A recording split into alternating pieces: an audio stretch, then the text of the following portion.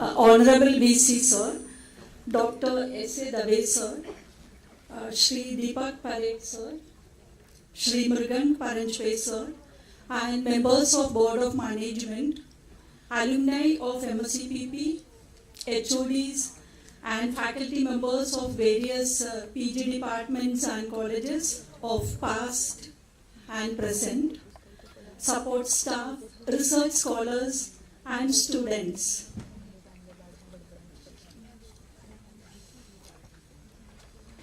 As the director of MSCPP, during the occasion when we celebrate the centenary year of the department, I am privileged to address this august gathering.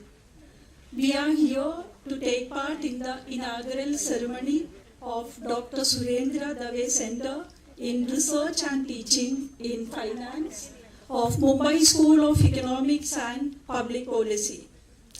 First and foremost, I welcome our Honorable Vice Chancellor Sir, Professor Dr. Suhas Petnekar, for this program. In spite of Sir's busy schedule, Sir kindly consented to be with us to deliver VC's address and also to compare this program.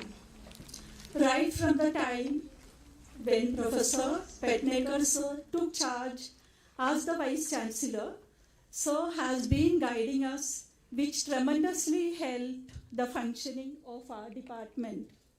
Hearty welcome to you, Sir, for this program. I also welcome Honorable PVC Sir in absentia. He is not in the midst of us at present due to present commitment. Now let me welcome Dr. S.A. Dave Sir, who adorned coveted positions like Chairman of UTI and is part of our alumni. This very center, which we inaugurate today, is formed out of the generous donation of 5 crore rupees provided to MSCPP by Dr. Dave Sir. By deeply appreciating this philanthropic act for academic progress of Dr. Dave Sir, I welcome him for this program on behalf of MSCPP.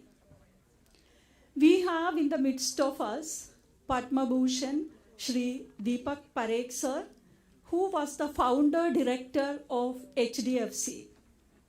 Under his dynamic leadership, HDFC Group grew exponentially.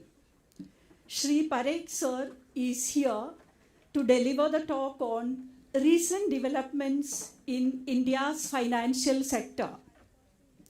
It is opportune to mention here that Deepak Parekh Sir is the first chairman of the management board of Mumbai School of Economics and Public Policy when we were formally accorded autonomy by the University of Mumbai.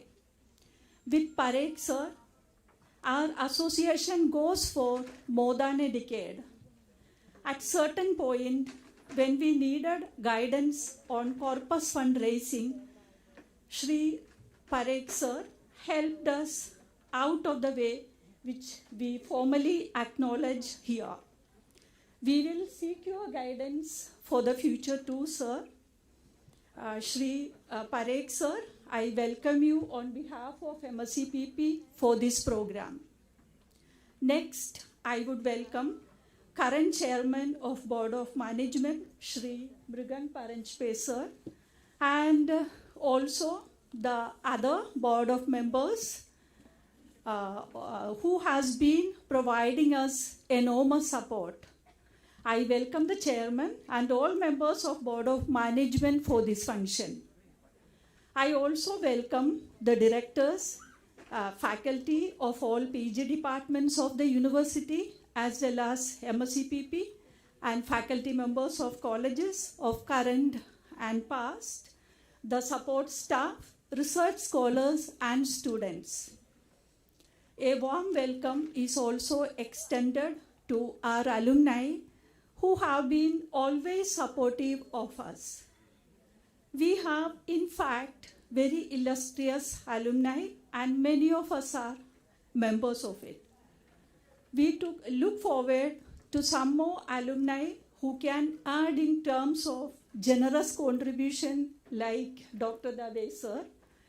We also look forward to have greater academic interaction with our alumni while welcoming to this program.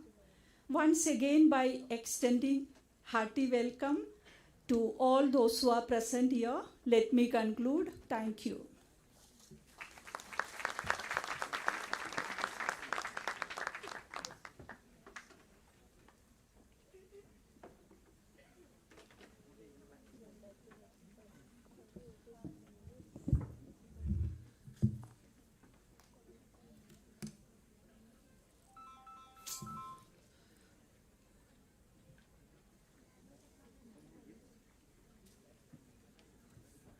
Good morning, everyone.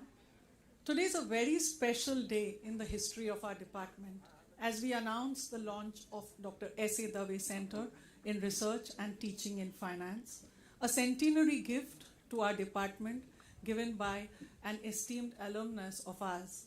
And it's an honor for me personally to stand before you as coordinator of this center. Let me take a minute to recount the beginnings.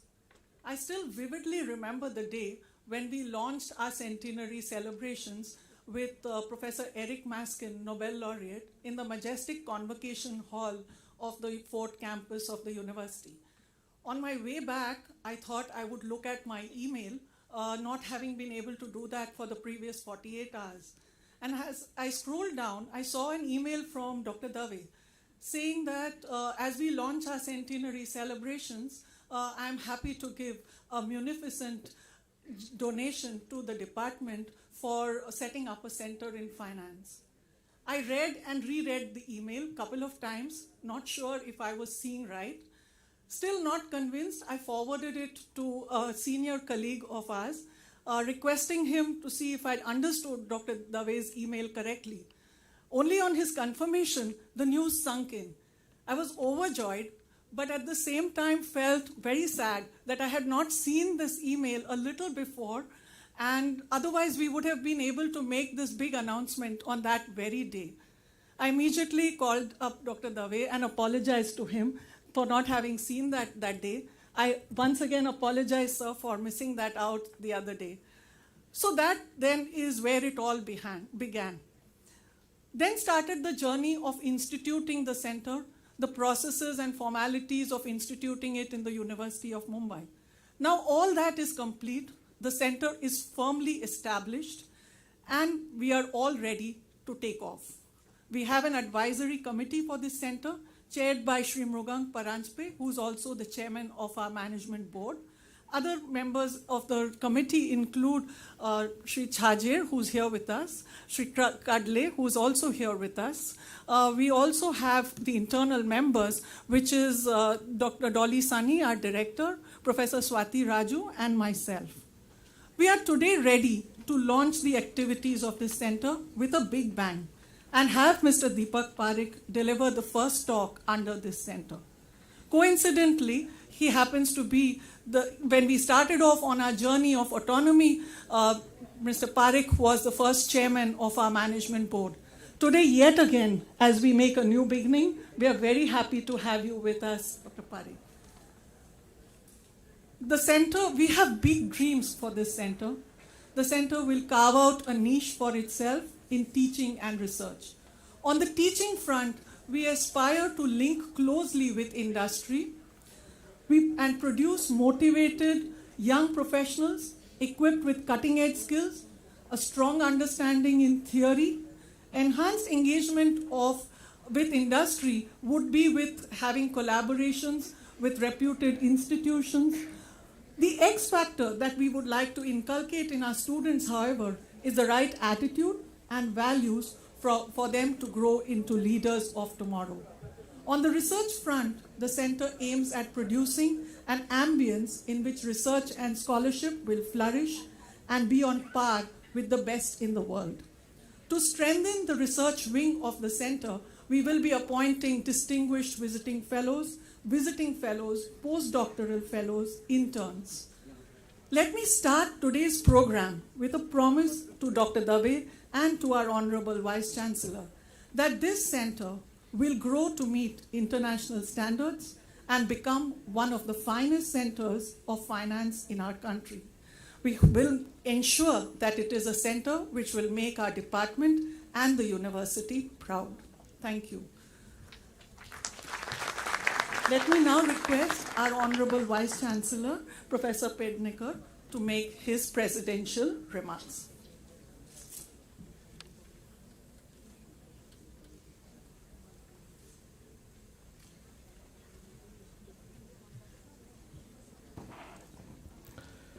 Very good morning. Well, I'm all right, only having bad cough, but no COVID positive. Today we are very fortunate to have two of us, our illustrious alumni, sitting on the dais, Shri Deepak Parekhji and Dr. S.A. Dave, Shri Murugan Paranspe, Dowley Sunny, Director of Mumbai School of Economics and Public Policy, my colleague and the coordinator of this center, Professor Mala, all the distinguished invited guests sitting in the audience, teachers, students. Probably after a long time we can see a good number of students, and the particular auditorium is almost overflowing. That shows the popularity of our Shri Deepak Parekhji, and everyone is waiting. And therefore all of us, in fact, should not be taking more time and give him more time. However, it is a matter of really great pride, the reason why we all are here. And that is, we are establishing one more research center, Dr. S.A. Dave Center for Research and Teaching Finance. Thanks to Dr. S.A. Dave for his initiatives, this has become a reality. On this note, I can only say there's a huge responsibility as far as the Mumbai Economics and Public Policy Department is concerned. The research center should not be run like the traditional way. Just last week I had an opportunity to visit Media Lab of MIT in Boston. I don't know how many of you had that opportunity, but in future if you get that opportunity, for any reason you go there, never miss it. And you'll understand the meaning of what is called as interdisciplinary research, where art, science, medicine, everybody is involved. And the whole purpose of the research there is to come out with something which will help mankind, the people, the society around us, and not just produce papers or file patents. So that sort of, I would say, the objective this research center should have, where I think Professor Mala, you should involve not only the other departments of the university, but you go across and try to involve even the other universities and ensure that something meaningful will come out of this particular center. Teachers sitting here are fully aware of the challenges we have, especially on the background of implementation of NEP 2020. The whole scenario in higher education is going to be different than what used to be earlier. And future belongs to the hybrid education, and the education will be governed by more technology. I also visited Harvard last week. I just give an example how people are, working ahead of time. They have established 2 virtual classrooms with the investment of almost $80 million, where the entire wall, which is semicircular, which is video wall, and every participant appearing on the screen, there is a separate mic even provided to every individual where the faculty can go close and have interaction with every individual who may be elsewhere and interact and establish that rapport one-on-one the way the physical mode of classroom that takes place. Wonderful. So that is the future where we need to think about. Gamification, another area where I've been to Wharton University, Wharton Business School of Pennsylvania State University. And the way they're introducing gamification in education is something we can't even think of today. And we need to understand that as teachers. So we have a lot of opportunities as education in India. Why our students should go abroad for higher education if you can come out with the similar facilities in India, which is no doubt it may take some time, but it is not impossible.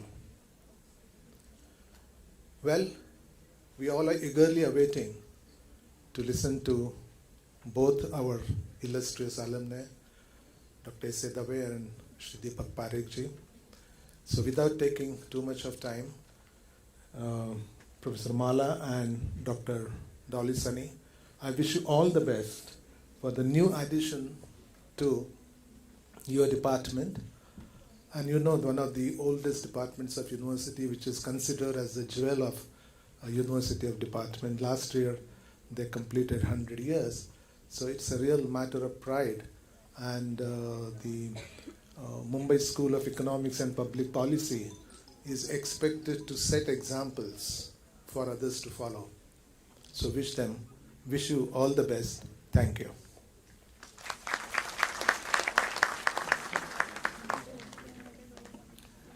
Thank you, sir.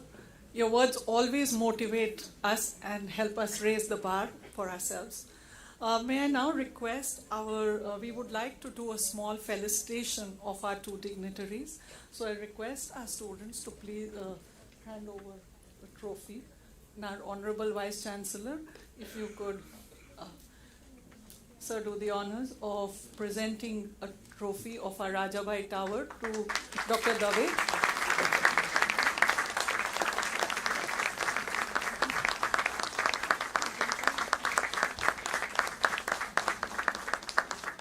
We would also like to give a biography of the university to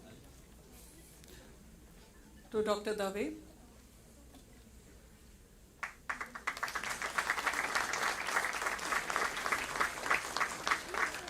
Now request the Vice Chancellor, sir, to please give the same trophy, the Rajabai Tower replica to Shri Deepak Parekh.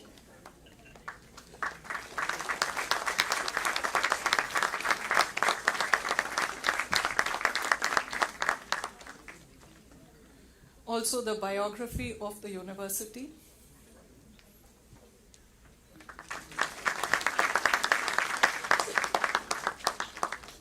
May now request our director of the department to give a small memento on behalf of the department to Dr. Dave.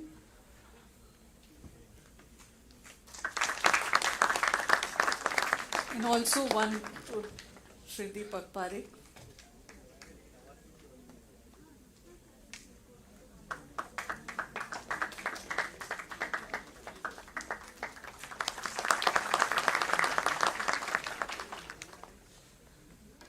Our dignitaries need no formal introduction. Still, I have taken the liberty to request Mrugang Paranspe to do a small introduction for Dr. Dave and then for Shri Deepak Parekh.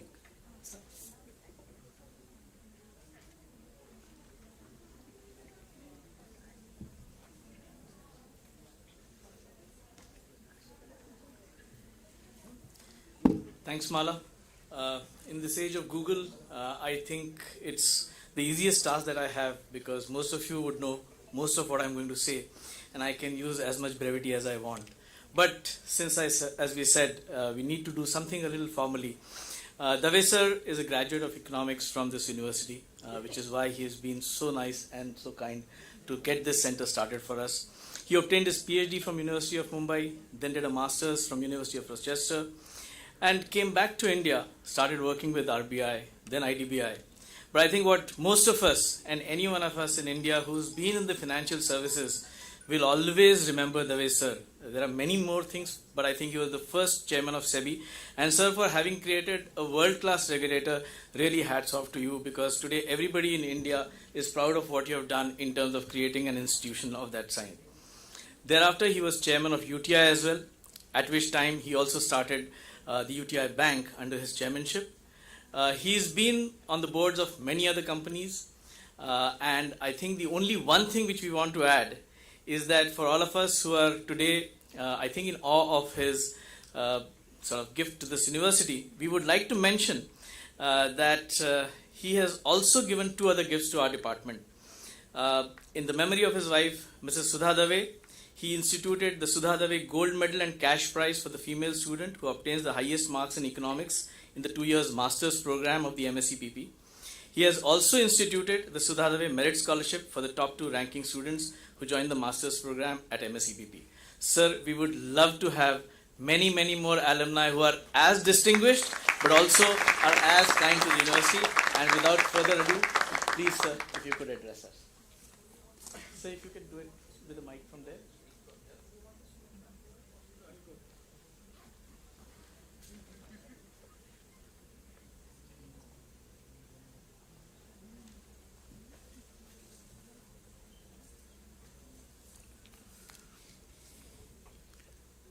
Honorable Vice Chancellor, Shri Pednekar,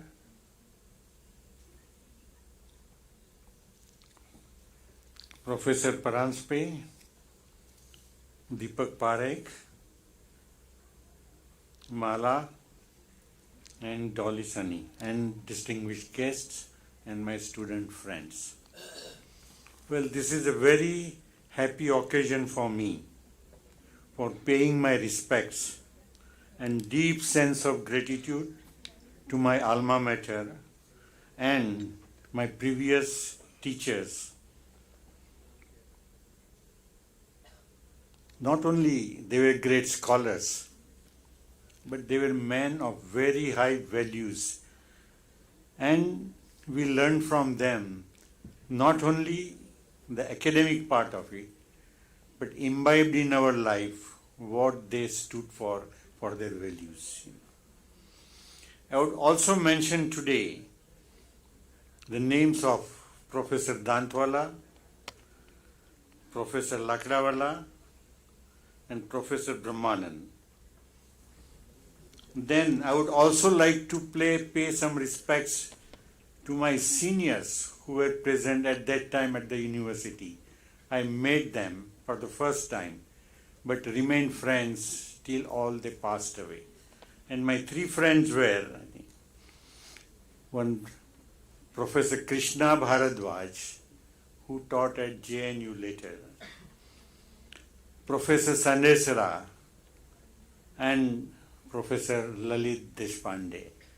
I remember all of them, and I think it was my great fortune that I was interacting with them till they all passed away. They passed away, but their influence still remains with me.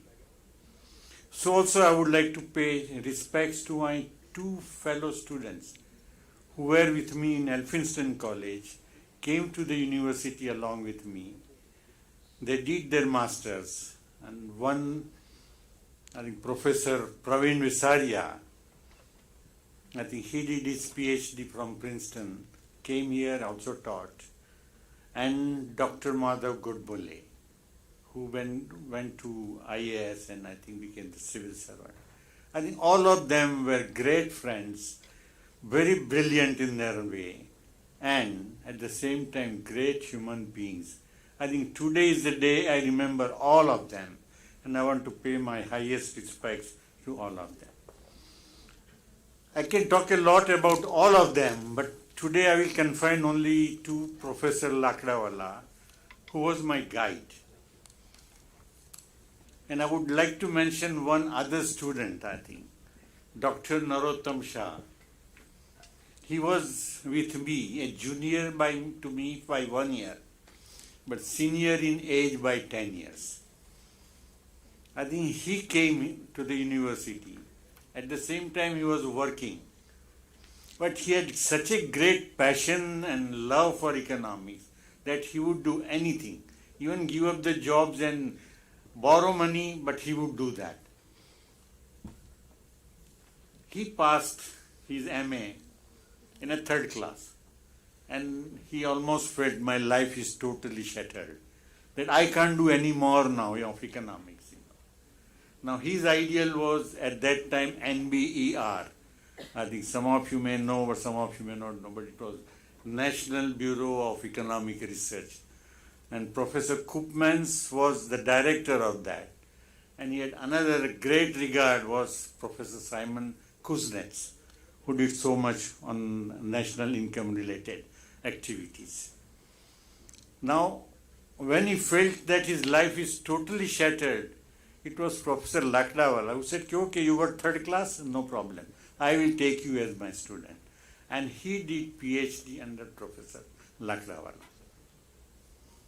Then his great ambition was to start something like NBER, and he started with Center for Monitoring Indian Economy. I think he started in 76. I think it was more or less picking up, but by 1984 he passed away due to heart attack. And then the problem was who will continue with this and who will run this institution. Otherwise it could have died out. All other employees were very young. Professor Lakdawala again came to the rescue. He said he will come once in a week, toward the end of the last week, and he would, I think, do whatever was needed to publish what was at that time monthly review of Indian economy, which Narottam wanted that it should be on your desk on every 5th of the month. It should not be delayed by that because this is meant for monitoring Indian economy. Professor Lakdawala continued that tradition. He would come in the last week. He would do whatever was necessary, whatever the other people had done, but he would see to it. And for 8 years he did this. And I think if today's Center for Monitoring Indian Economy is in such a sound shape, I think part of the credit goes to Professor Lakdawala and his love for his student. I think so much so I remember that when we offered him that you come by air, at that time he was in Ahmedabad, director of Gujarat Institute of Economic Growth. We offered him that you come by plane and go by plane back. He said, no, I'll come only by train. I think that was the simplicity of the man. He did not want to load the institution with more kind of cost at that point of time. Now that was Professor Lakdawala. The other thing which I wanted to talk about was interaction between academic institutions and the corporate sector. I think this is quite low in our country. The only time the importance was given, first time, to an academic sector was when State Bank of India underwent its reorganization.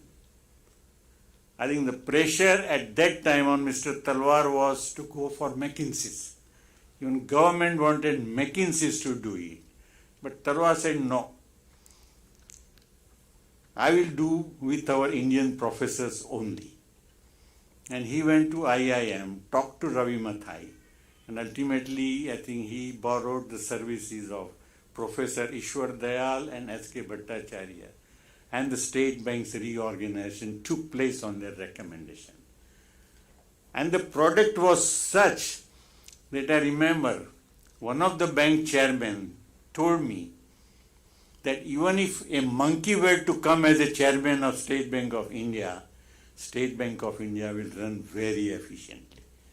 That was the nature of a reorganization which our Indian professors did at that time. That's why I somehow feel that the interaction between universities and the corporate world is not of that high standard today. It is not there, virtually it is not there at all. Let me put it that way, I think. Today, if you find, I think some of the nice books are written about current events or things, these are all done by journalists. And one particular journalist I would like to name and I would like to praise him. Not that he is not doing that good job, but Tamal Bandyopadhyay. He has done 2, I think, books on HDFC Bank, and a book on our banking system. But I think they do good job. But I think universities would certainly perform better if they were to do all these kind of activities. Now my intention behind this center is this: how to bring and forge good ties between academic institutions and corporate sector. Finally, I would only say that the word academic.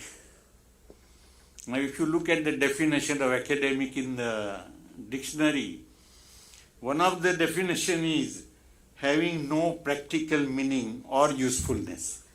That is the way corporate sector is looking at the corporate and the academic world, I think that has to go. And I think if you look at the one other definition of academic, in fact, which comes if you list the various definitions, this corporate definition comes last. I think it must have been added later, because I think corporate sector started talking about academic in a different way. And the real meaning of that, I found, was it is relating to or belonging to a scholarly institution. I think that is what I would like, that this is the way the academics should be recognized, I think. Thank you very much.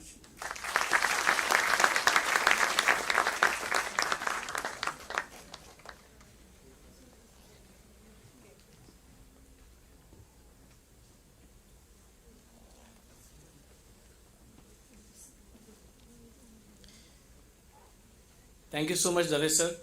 By now you would have guessed why I have taken up the easiest job, because that's so easy to do. And in the next time it's even easier. I promised Deepak ji that I will not say more than 2 sentences. The first one is over. And the second one, sir, is that I've been trying to think of who was the inspiration for this Hindi dialogue saying, "Sirf naam hi kafi hai." Deepak Parekh ji, please.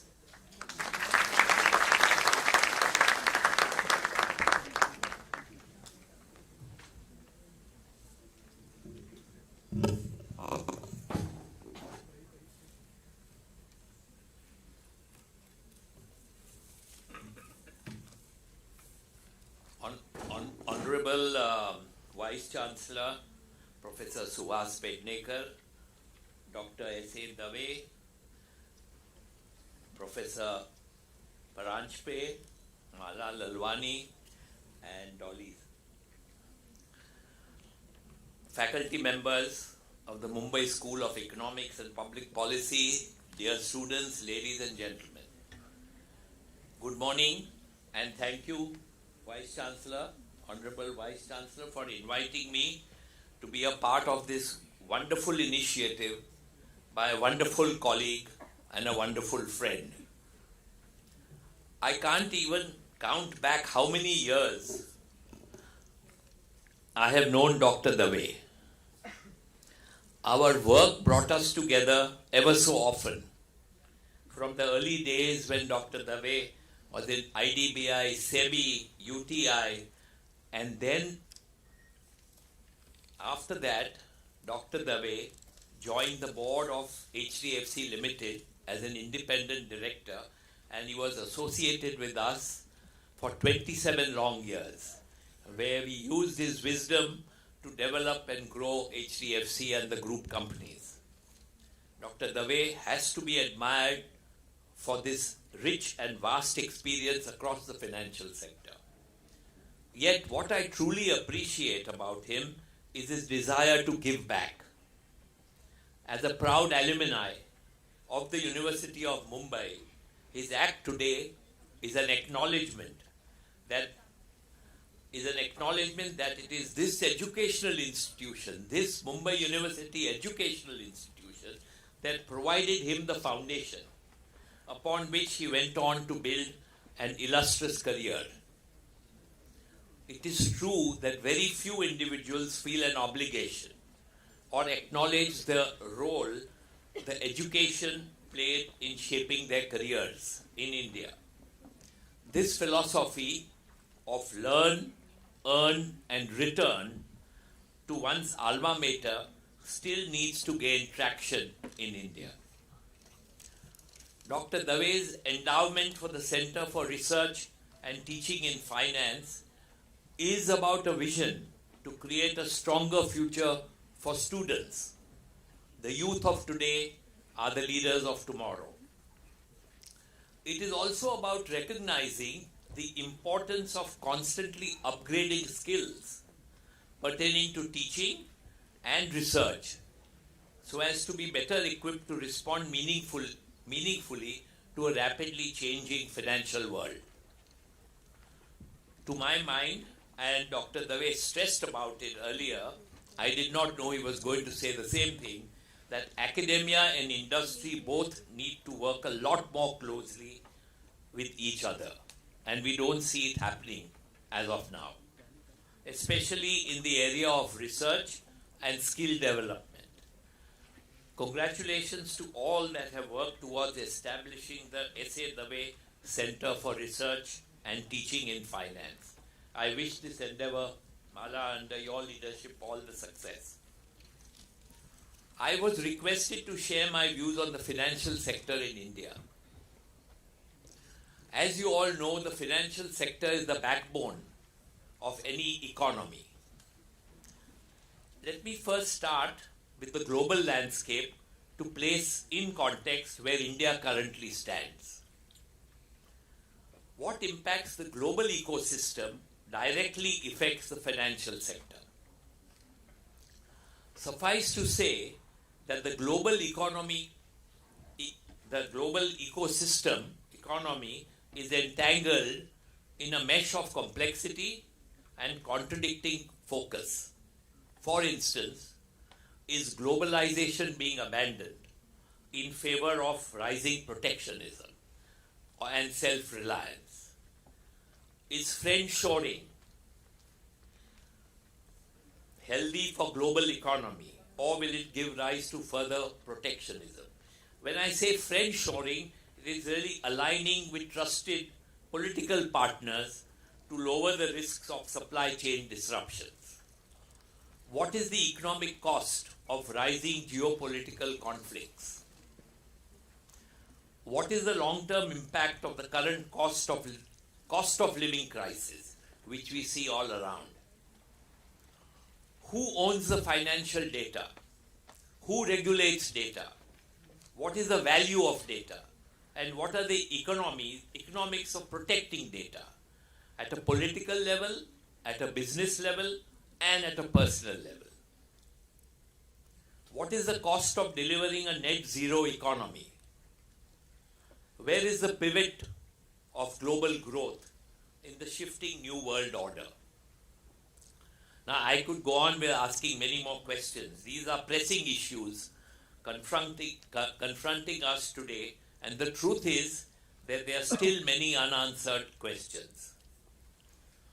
This is exactly why we need more unbiased, apolitical, and independent research and learning platforms. Equally important to ensure that India has a strong pipeline of talent in the financial sector. Our students need to be taught to answer these questions and question the answers. Today, the key reason why we are struggling with answers is because we are living in a continuous state of unpredictability. Take, for instance, at the beginning of this year, most had forecast a strong global economic rebound after 2 scathing years of the pandemic around the world. Yet by mid-2022, mid-calendar year 2022, the IMF has downgraded the global GDP growth rate by 40 basis points to 3.2% for 2022, for the current year. And a few weeks ago, they have again downgraded the global growth by 70 basis points for 2023 to only 2.9%. So according to the IMF, the whole world, the global economy will only grow at 2.9% next year. This was largely triggered by geopolitical tensions and the spillover impact of higher food and higher energy prices. Inflation is at a 40-year high in advanced economies, while the latest US inflation eased a bit to 8.5% for the UK and UK and the EU. The rising trajectory continues with inflation touching 10%.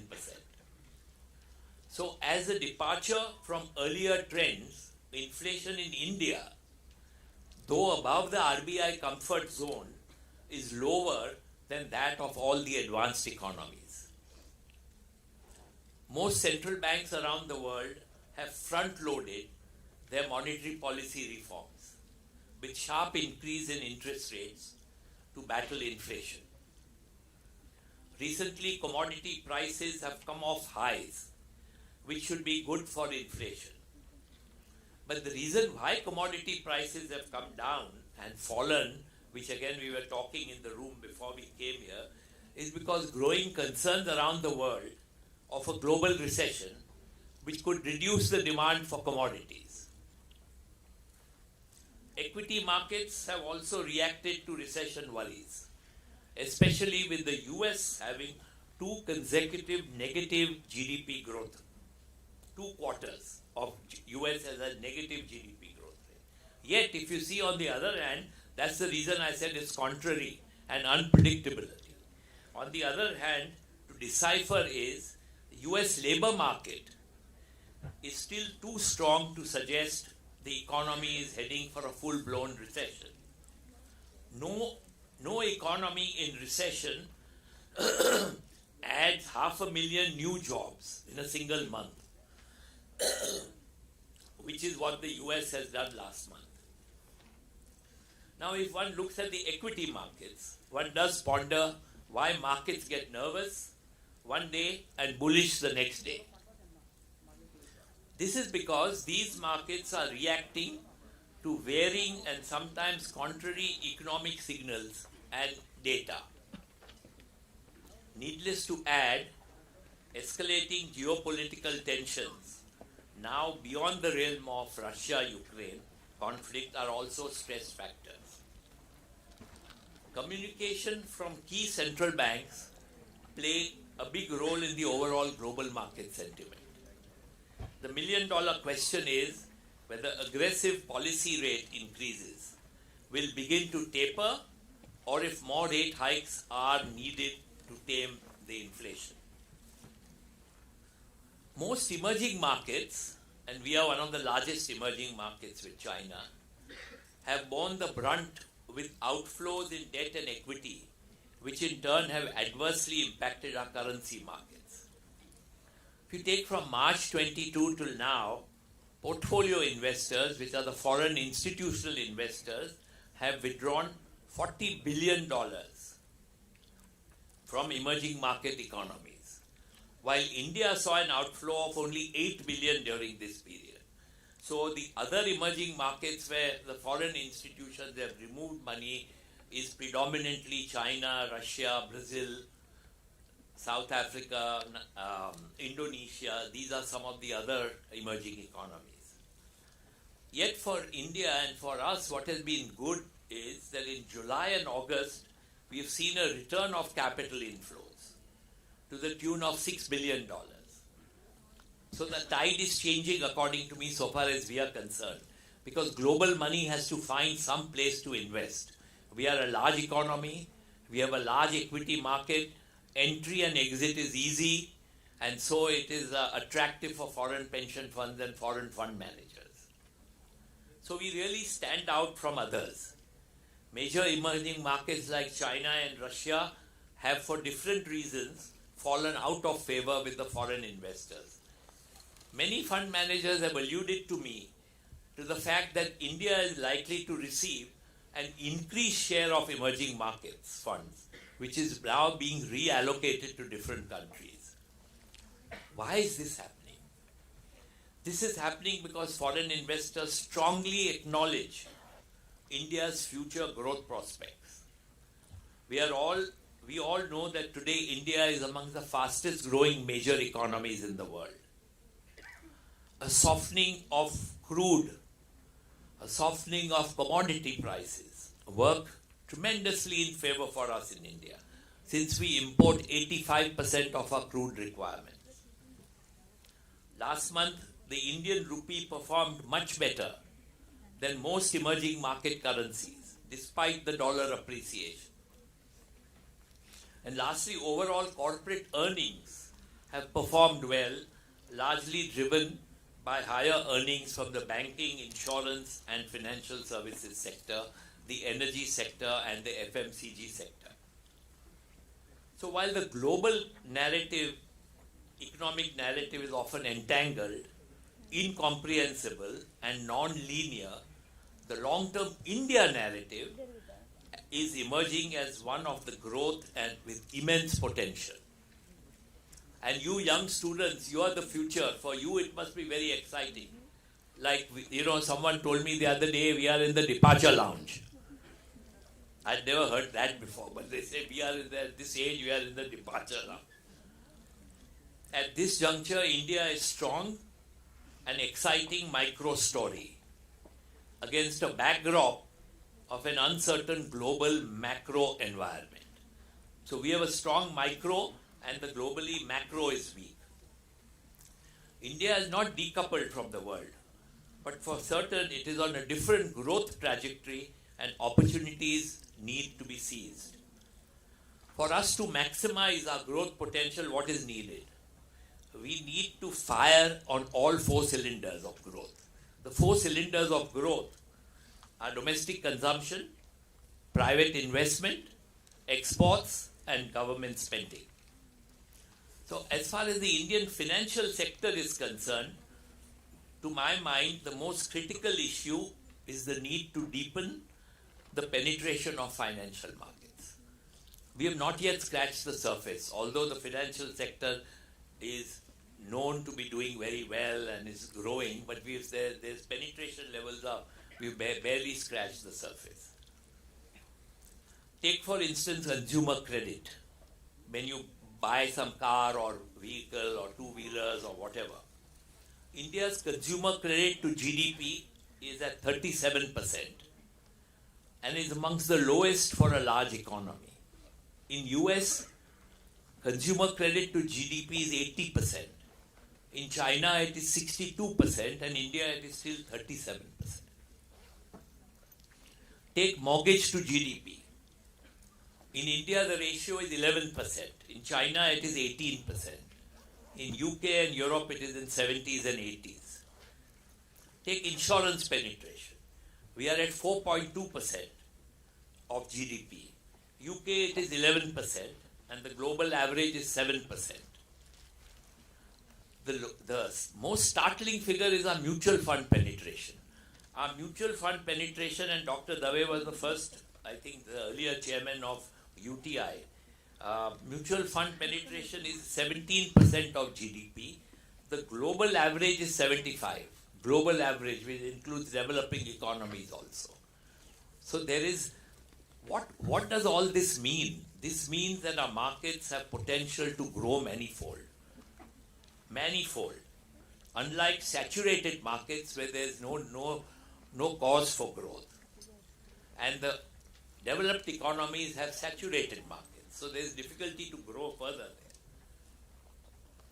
One of the most significant reforms in the Indian financial sector to date has been the coming together of what we call the JAM Trinity. The large scale up of Jan Dhan accounts, the Aadhaar cards, and the mobile numbers. This combination gave the much needed thrust for financial inclusion. To deepen the financial sector, we need to keep building on this JAM Trinity. Another clear winner for us in India has been the strides we have made through the Unified Payments Interface, UPI. As this has revolutionized the payment industry and has made the world take note of our financial and IT capabilities. So when one looks at developing the financial system further as a country, we need more viable solutions for long-term funding of long-term infrastructure. How do you fund the new Mumbai airport, which is many, many miles away from here, but it requires thousands of crores? No bank is willing to give 20-year money. If you give a 2-year money, 5-year money, you will get an NPA immediately. So there are no institutions willing to give 20, 25-year debt. So we need to deepen our debt markets. More takeout financing is needed. We need a mature credit default swap market. We need increased liquidity and trading in securitization market and greater access to sustainable and green funding. So these are the needs in the debt market. How to deepen our debt market, how to grow our debt market, how to make it more available to long-term industry players. The development of financial markets and the level of investments are closely tied with the ease of doing business.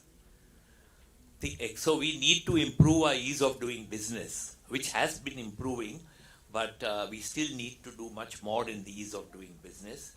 The extent of clarity of the law of land. Law of the land should be black or white and not grey.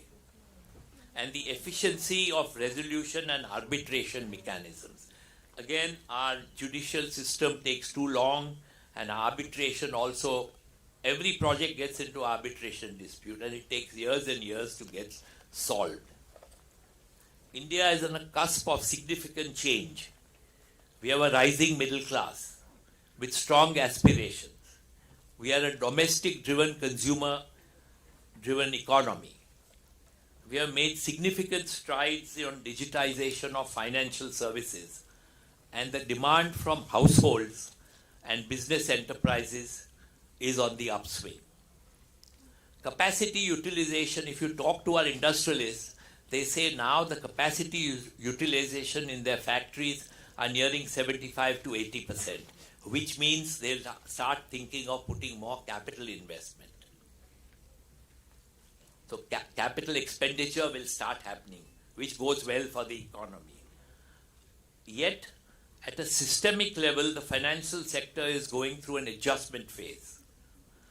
For a long time, credit growth has been tepid.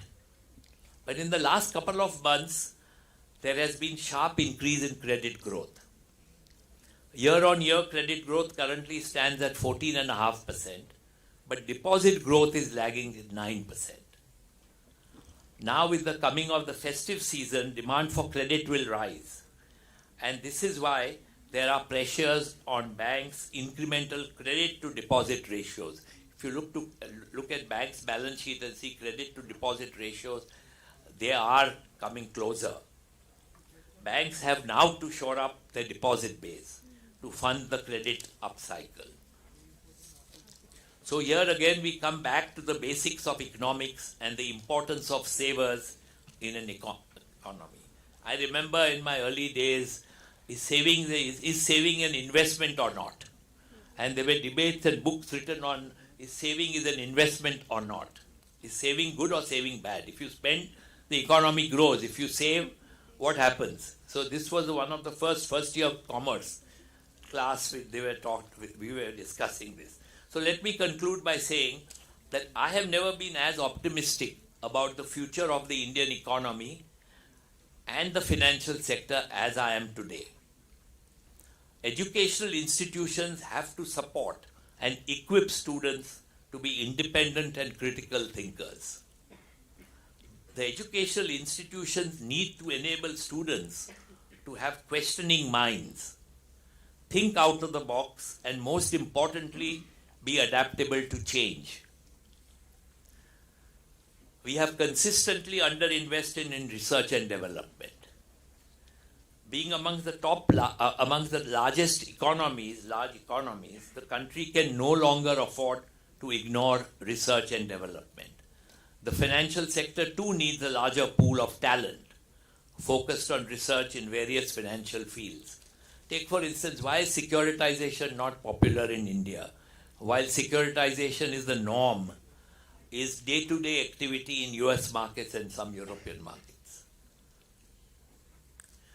If we have greater financial research, the markets get more accurate information. Research also helps to widen thought processes and allows for different perspectives on critical issues. So given how vast and dynamic the financial sector is, the learning curve needs to stay high for the teaching faculty too. This is what I hope the Dr. S.A. Dave Center for Research and Teaching in Finance will strive to do. It's clearly an idea whose time has come. So thank you, and I wish all the best for the new institution and the new initiative. Thank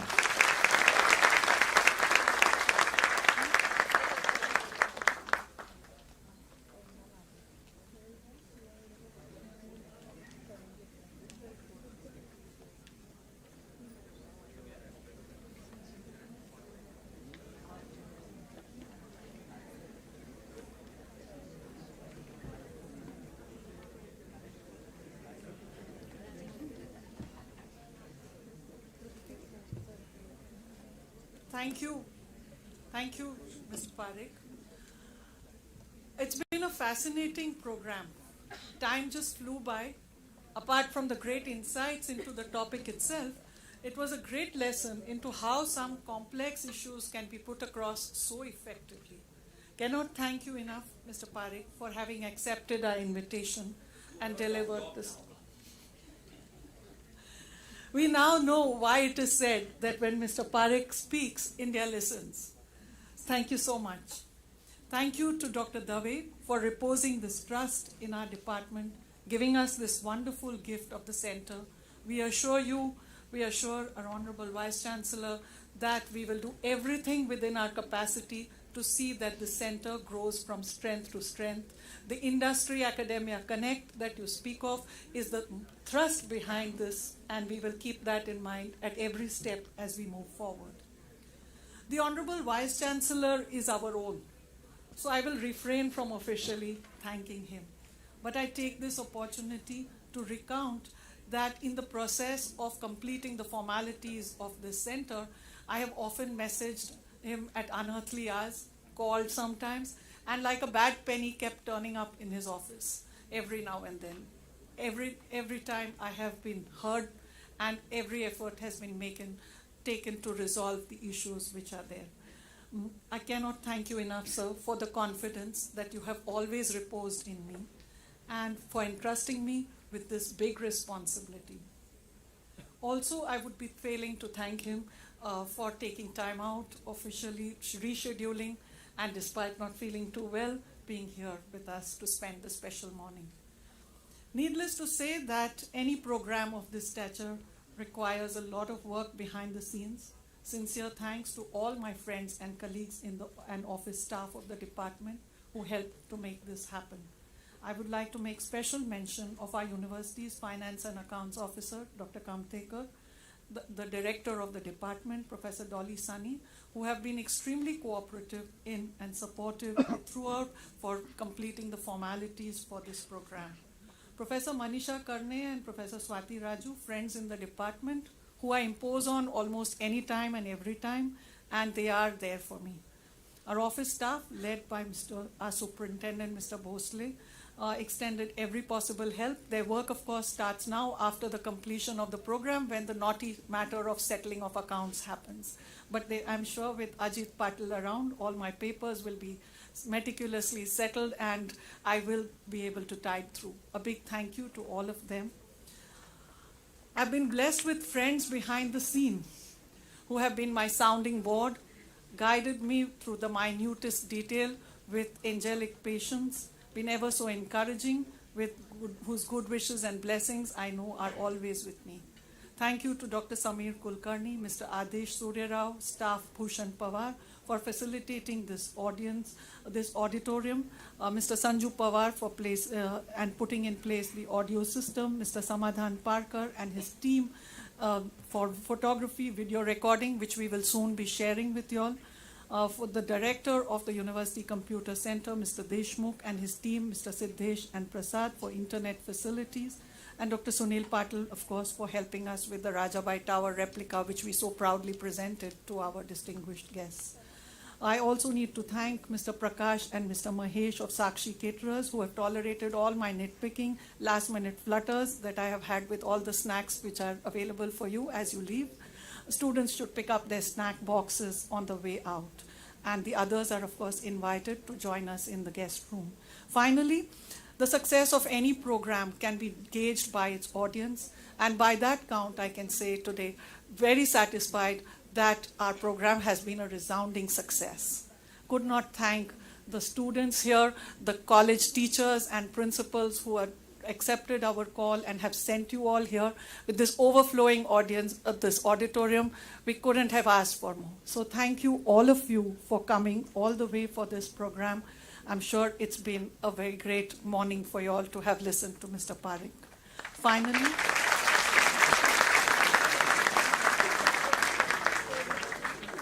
so we were initially worried about the capacity of the auditorium, but I was very sure that with Mr. Deepak Parekh here, we would be able to make it. So, sir, we've done it. So, thank you. Finally, let me request everyone to rise for the national anthem as we close.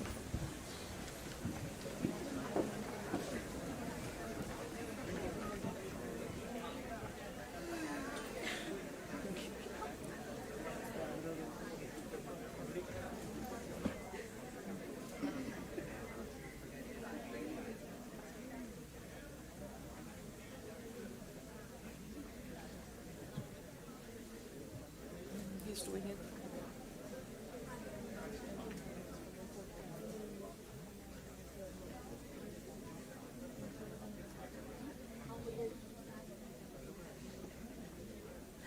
We can start by singing. जनगण मन अधिनायक जय हे भारत भाग्य विधाता पंजाब सिंध गुजरात मराठा द्राविड़ उत्कल बंगा विंध्य हिमाचल यमुना गंगा उज्जल जलधि तरंगा तव शुभ नामे जागे तव शुभ आशीष मागे गाहे तव जय गाथा जन गण मंगल दायक जय हे भारत भाग्य विधाता जय हे जय हे जय हे जय जय जय जय हे